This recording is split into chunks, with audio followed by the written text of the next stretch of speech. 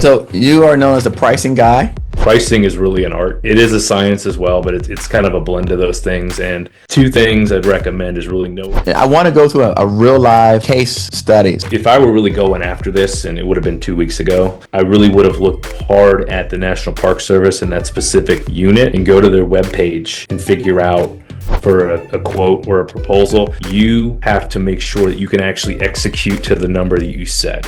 I kind of view these things like to kind of triangulate who the customer is, what is the work, and then what is the budget. That's why I think the blind bidding strategy doesn't really work. If you're not in alignment with that customer, then you're probably not going to be successful, even if you win. You know, if a competitor has a lower cost center, then that may put you at a disadvantage, and you may not want to bid that.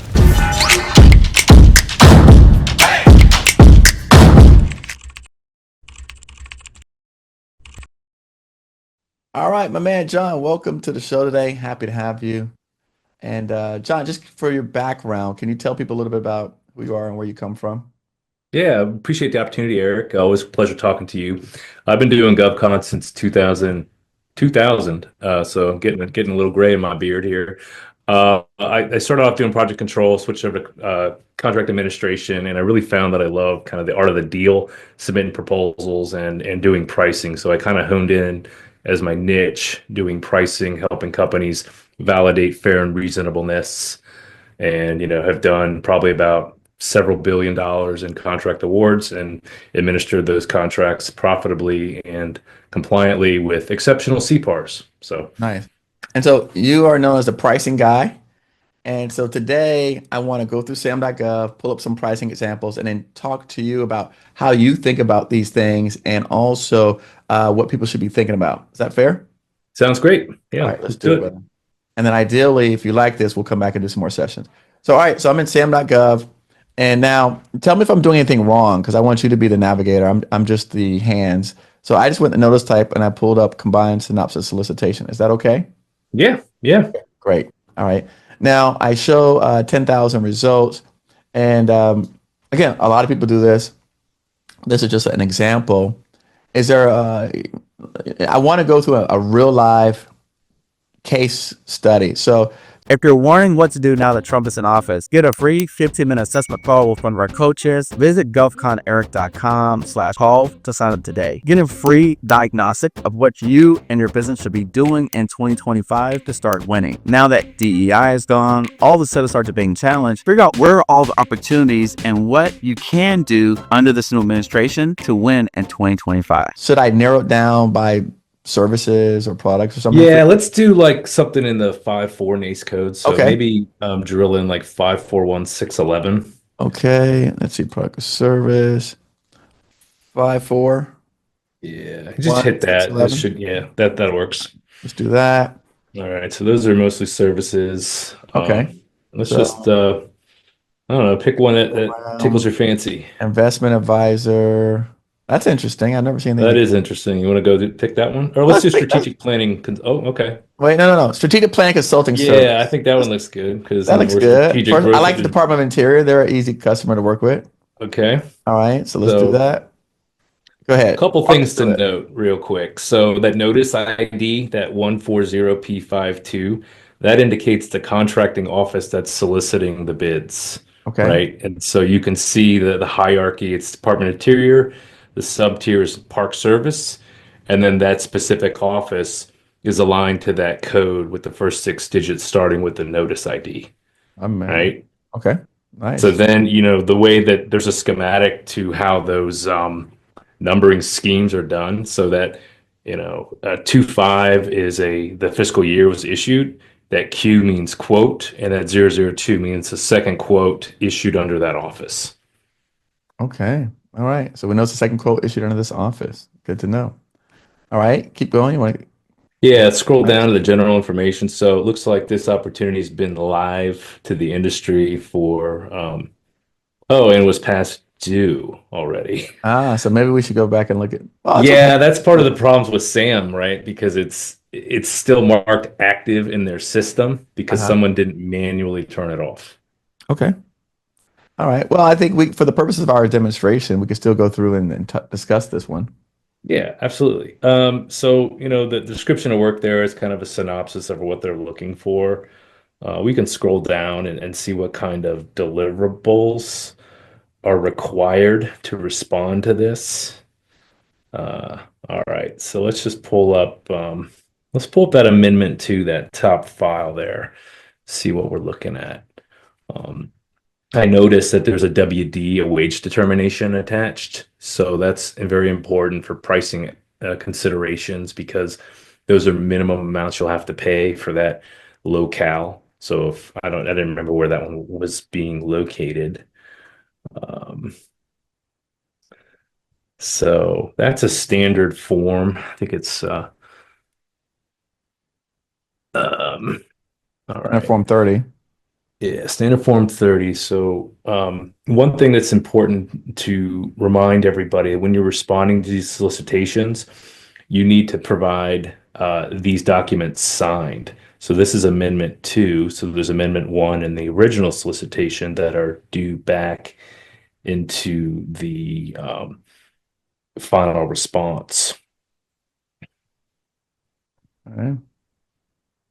So, Amendment This is 1. Amendment 1 here. Yep. Yeah.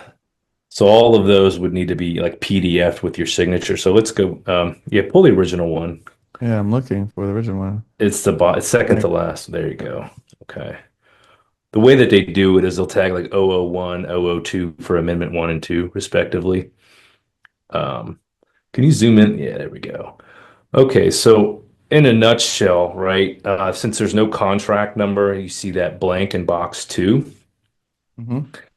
The way the government does it is they take what you submitted, and if you're the winner of this quote, then they'll stamp a number on there, and it'll start with those first 6 digits that I mentioned in the solicitation number, right? Okay. That's on box 6.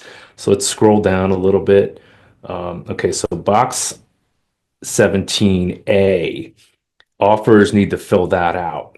That code is normally your UEI. That facility code is normally a cage code. And then you would have your, company name with, your address and then a telephone number. A lot of times there's emails. So 18 is kind of nothing. The government fills that out once you're the successful offerer. And they'll tell you how to, who to make the payments to, et cetera, or who to issue the bills to. So scroll down. Okay, so yeah, you'll need a signature on, box 30. 30, you'll have to put in your name of the person who's authorized to negotiate the contract. So typically that'd be the founder, the CEO, or, a designator, like a contracts manager or proposal manager. Let's Now let's scroll down a little bit more to page 2. So what the government's looking for, um, is you to fill out prices in those columns. Scroll back up to the top of that table, Eric. Okay, so you see how in box 21, 22, 23, 24, it's quantity, unit price, amount.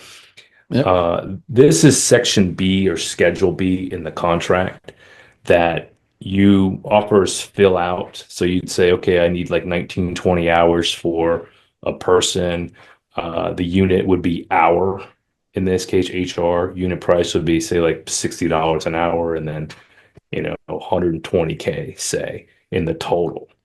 The government basically takes your proposal or quote here and basically flips it into a contract award, so that you want to keep it as simple as possible for them. Because if they like your price and your proposal, they're basically going to take everything that you provided. You already got your signature on it, you got your info on it, you got your section B filled out, and they're basically going to assign a contract number on it at the top in box 2 with all your stuff in there. Does that kind of make sense? Yeah, no, no. I know. I'm aware of how to fill out the form. Yeah, I'm well aware. I want to get to the pricing. Right. So let's go down into the meat of this. So like section 2. Okay, so this is a commercial type of contract. We're Okay. looking for like a statement of work or Okay. what they're looking for. So these are all, standard bar clauses. boxes checked. You gotta know what that means and the obligations and requirements of the Let's contract. see. Structure Um, for that, offers. Okay. yeah, So we got that's how it's technical, evaluated. price, So and past yeah, so performance. technical is more important than price and past performance.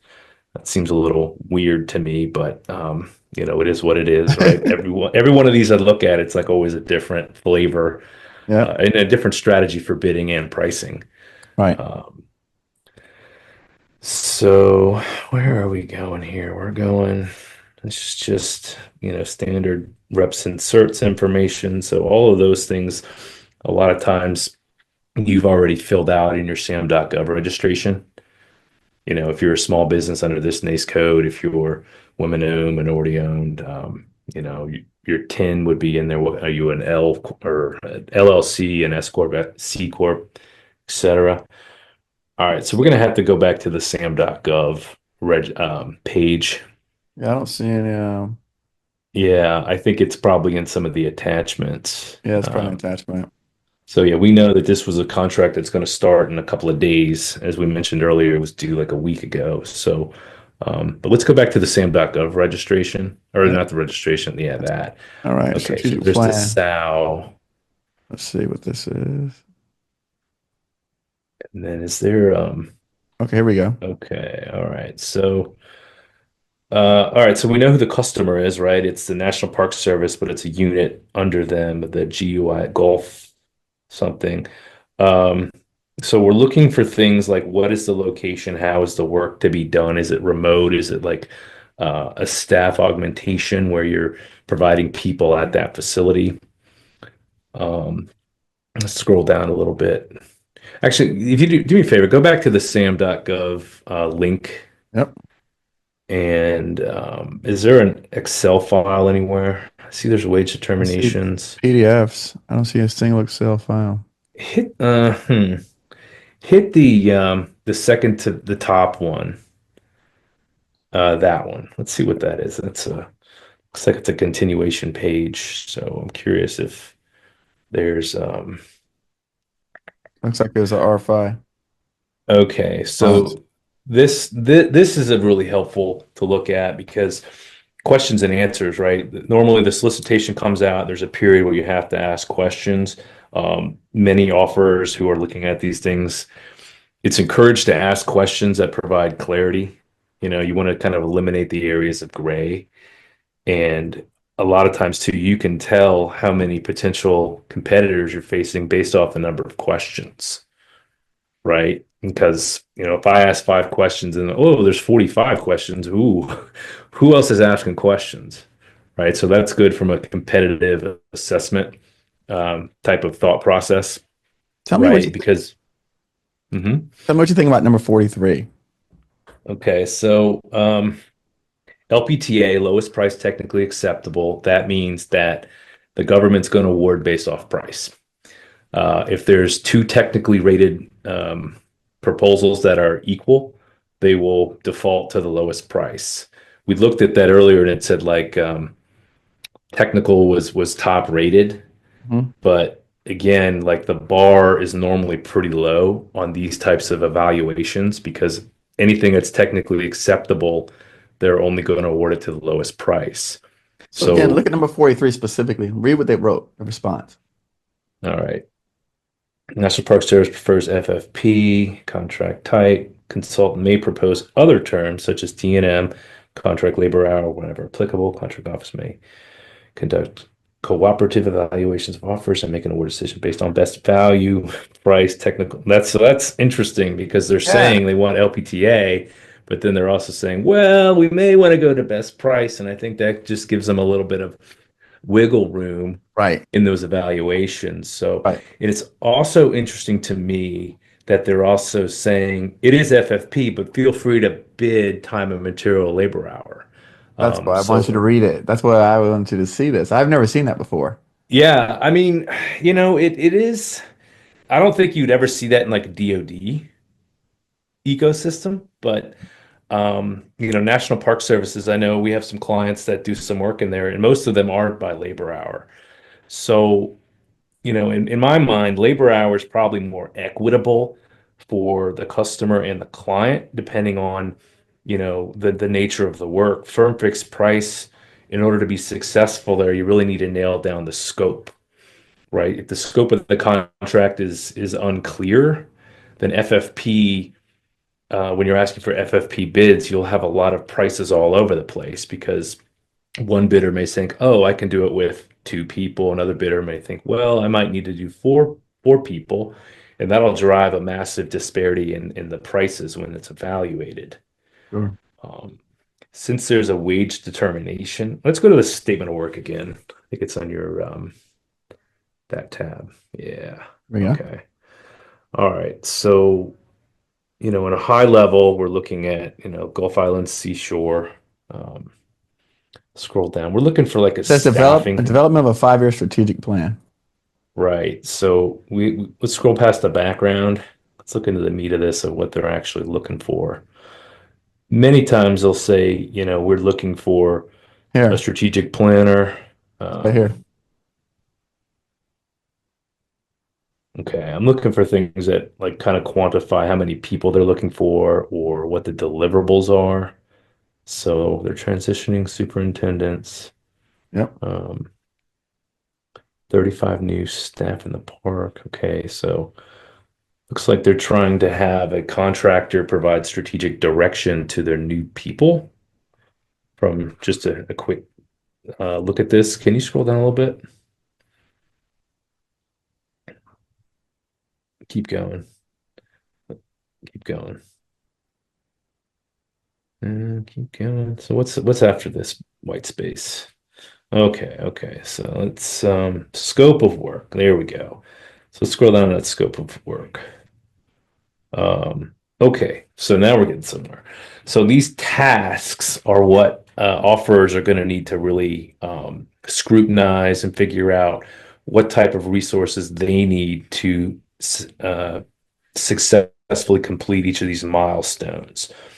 A lot of times in these FFP bids, they're based on the delivery of milestones. So it would be important to really, look at these things. Let's scroll down a little bit. So we're developing a draft vision statement. Okay. Well, how long does that take to do? I mean, I could probably spin up ChatGPT and come up with a draft vision statement. But it says you're going to hold a 3-day in-person session.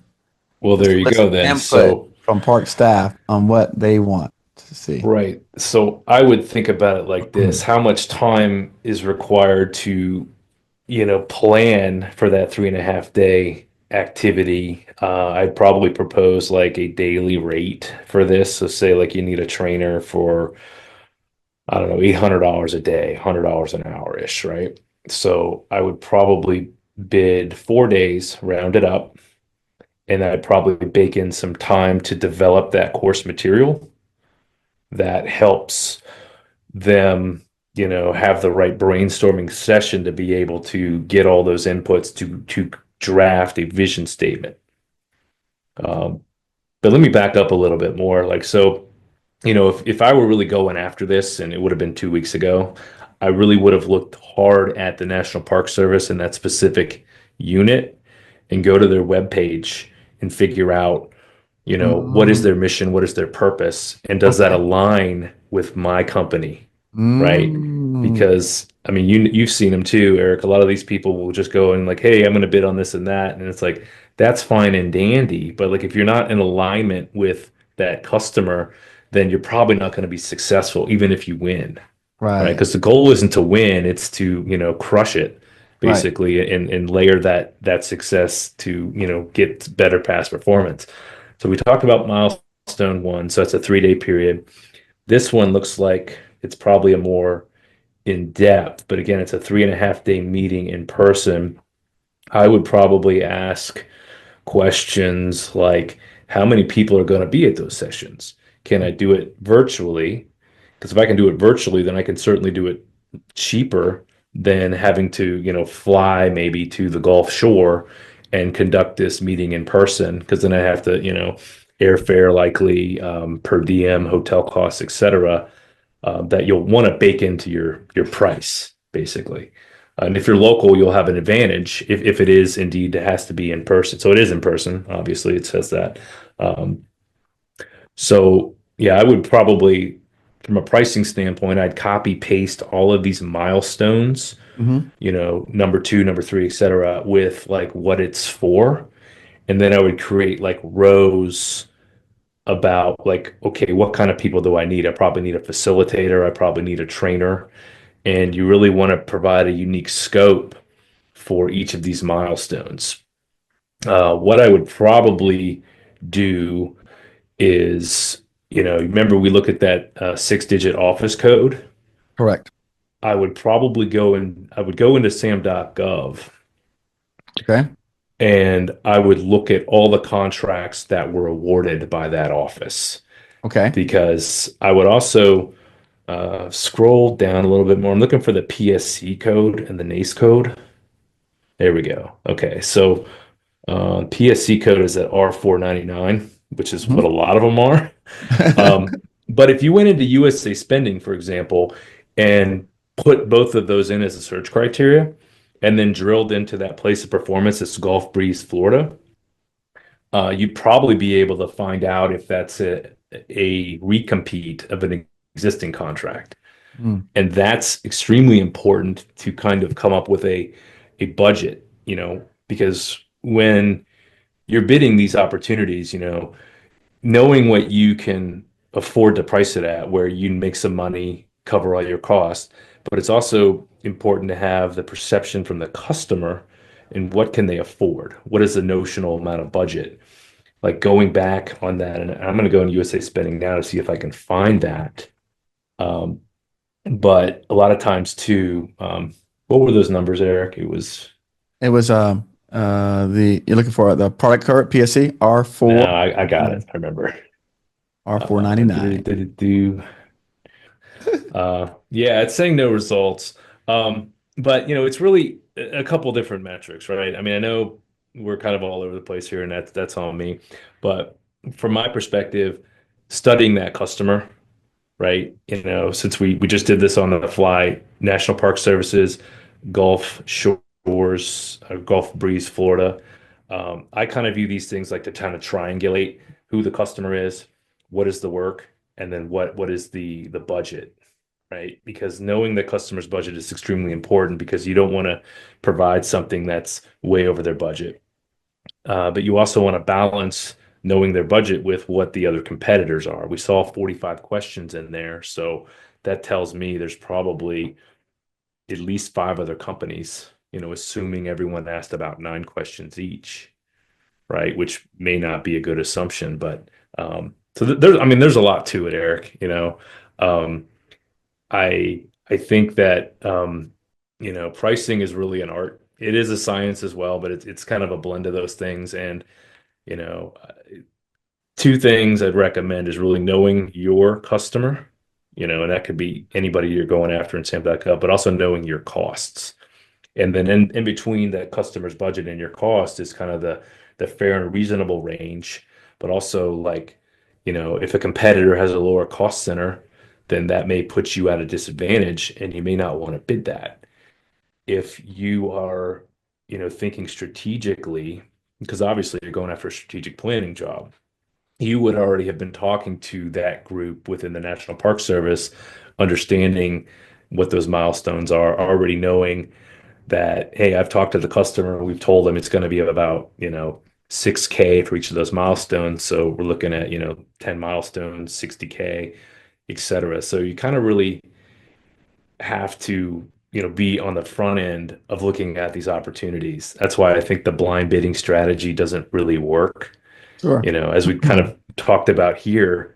But, when you go to sam.gov, I would almost recommend looking at the pre-solicitations, you know, um, because again, that helps you get smart with that customer, make sure that, your company's values and purpose is aligned with that customer's mission, because there's worse problems to have than losing a contract, an opportunity, and it's winning a contract you can't execute because Mm, there's some misalignment, right?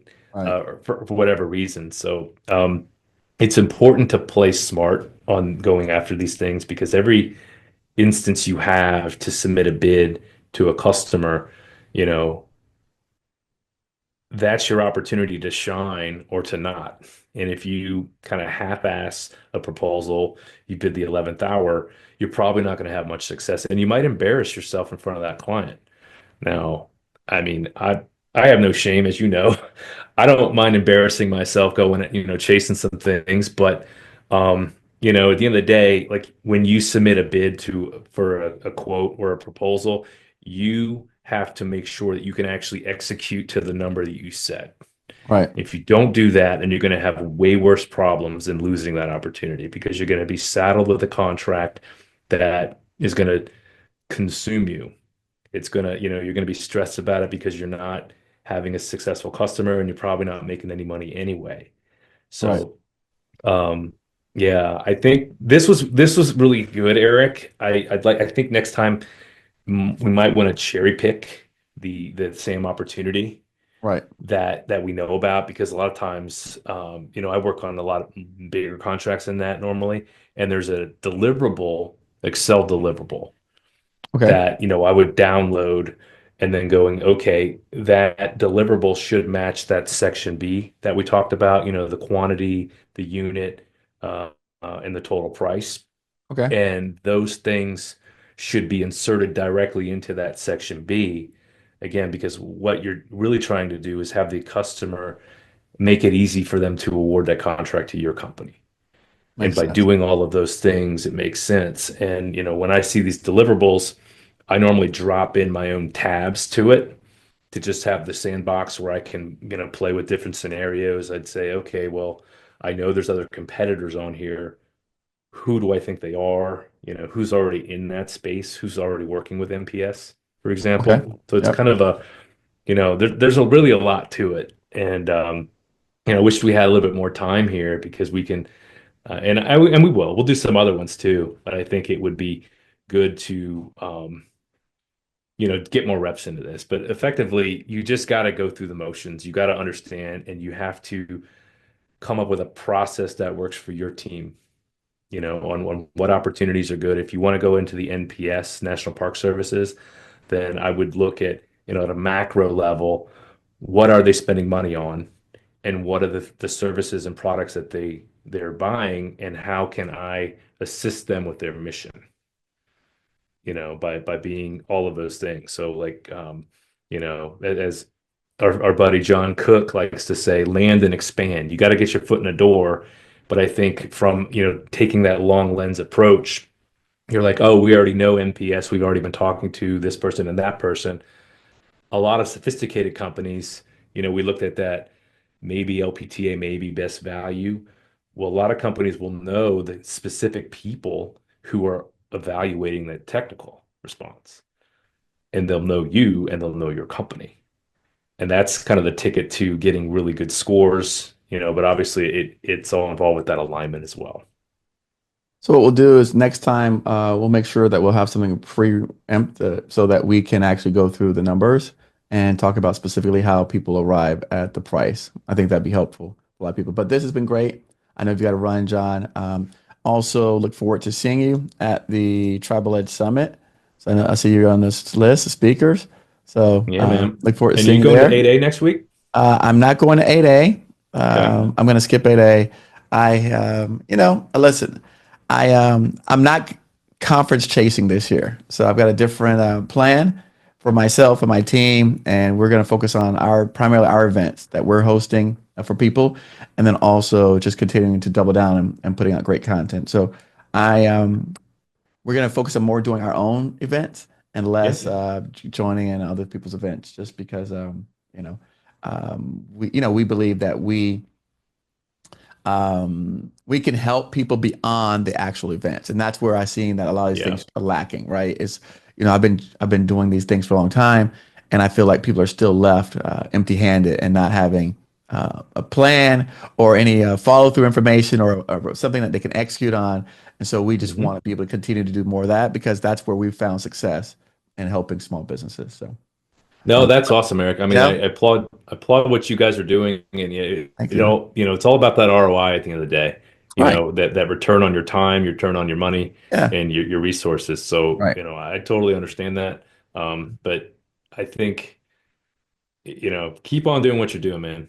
Thank you, sir. I'm proud of you, Thank and you, keep sir. on doing great things, man. Thank you. And then I will say this with that in mind.